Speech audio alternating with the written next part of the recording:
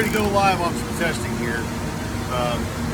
The complaint with this machine is that it is a no start, and I've got some suspicions as far as a blown fuse. So I thought this would be a good opportunity to discuss voltage drop testing. So what we're going to do right now,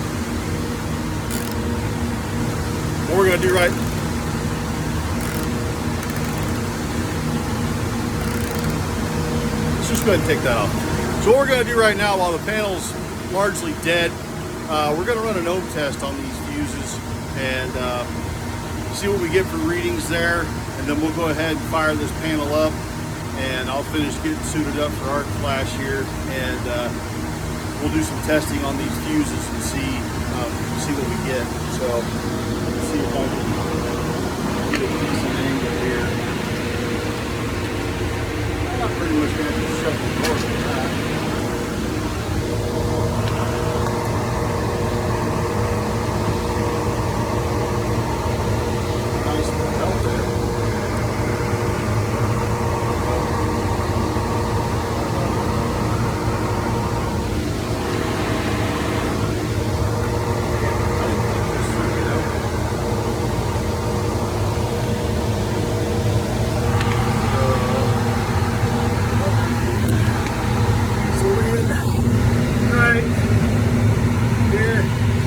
Not the world's greatest angle, but it'll have to do.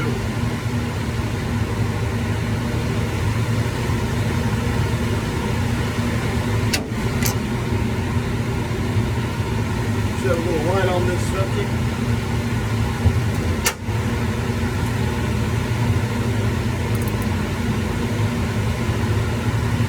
Alright, so we're going dead fuse right now. Reading ohms. Across this fuse, we get about 0.4 ohms. I don't know how well you can see that. We go across this fuse, about 30 ohms. We go across this fuse, about 0.2 ohms. So a lot of guys would be tempted to call this middle fuse marginal.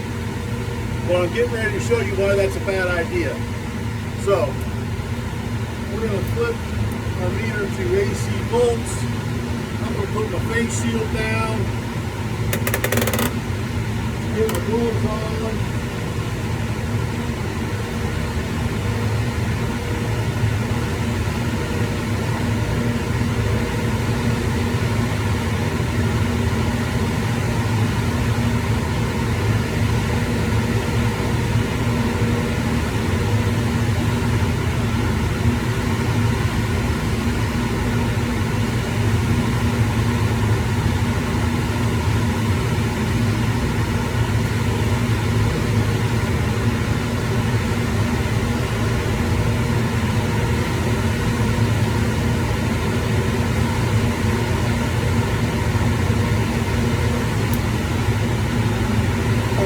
So as you can see, I'm officially official now. So we're going to go ahead, heat this gadget up.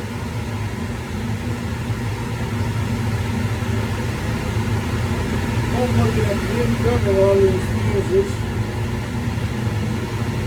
481 A to B, 483 A to C,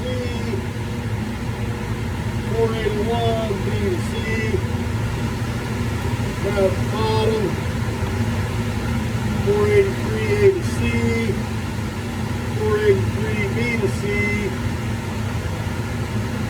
and about a half a volt A to B.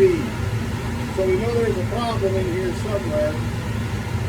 We just tested these fuses and decided this signal one was marginal. But let's see if that's really the case. So if we do a voltage drop test on this fuse, what we're going to do is we're going to leave this meter set to volts. And I'm going to go on the incoming and outgoing of this fuse. On the same fuse, we're going to see it's giving us a reading of about 482 volts. That means from this point to this point, there is 482 volts of different potential. If we look at a known good fuse over here, we get a reading of about, call it 3 millivolts.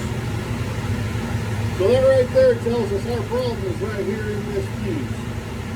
So we put a new fuse in here, and we can keep troubleshooting from there if need be. But at this point, we need to stop, put the new fuse in, and then see if this thing will start. If it doesn't, we'll go from there. So I'm going to go ahead and fire this cabinet down.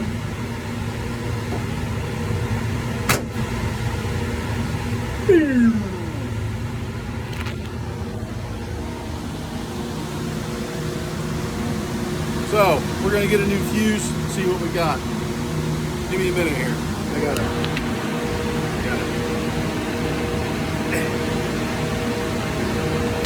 All right. Bye-bye now.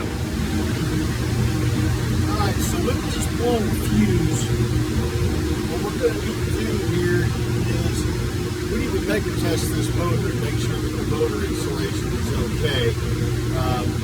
For the simple fact that fuses in a motor circuit are there to protect against ground faults and short circuits. So if the fuse blows, that's usually a good indication something's wrong with the motor. Not always. This thing could have gotten stalled for voltage while it was running or something like that. We're going to check this motor out to make sure it's okay. And so I've got my megger here. One side of this is connected to the ground wire that's going to the motor, and then my other end of this, actually check out these motor windings. Those of you who might not know, so a megger tester is essentially an ohm meter on steroids. So your standard ohm meter will put about 0.6 of a volt into a circuit and check resistance. An ohm meter like this one right here, I've got 7,500 volts.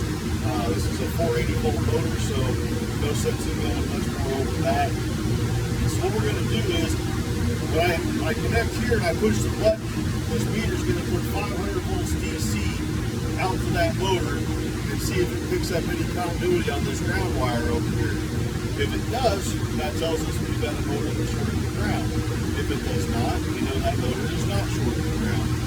So what we'll do here is go ahead and just touch here, hit our test button, and I don't know how well that's coming through on the video, but this is telling me I've got 523 volts DC, and I've got greater than 550 mega ohms to ground. So that's good. That's essentially an open circuit. Next winding, same reading. The next one, same reading.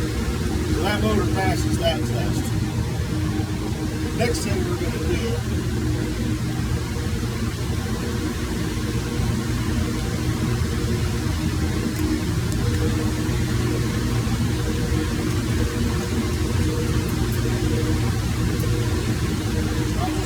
my standard PBO in here. I could have done this with the ohm meter too, but whatever.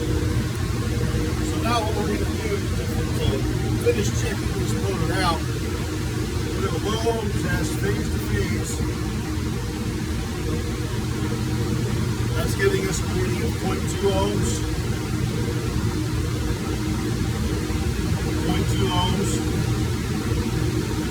0.2 ohms.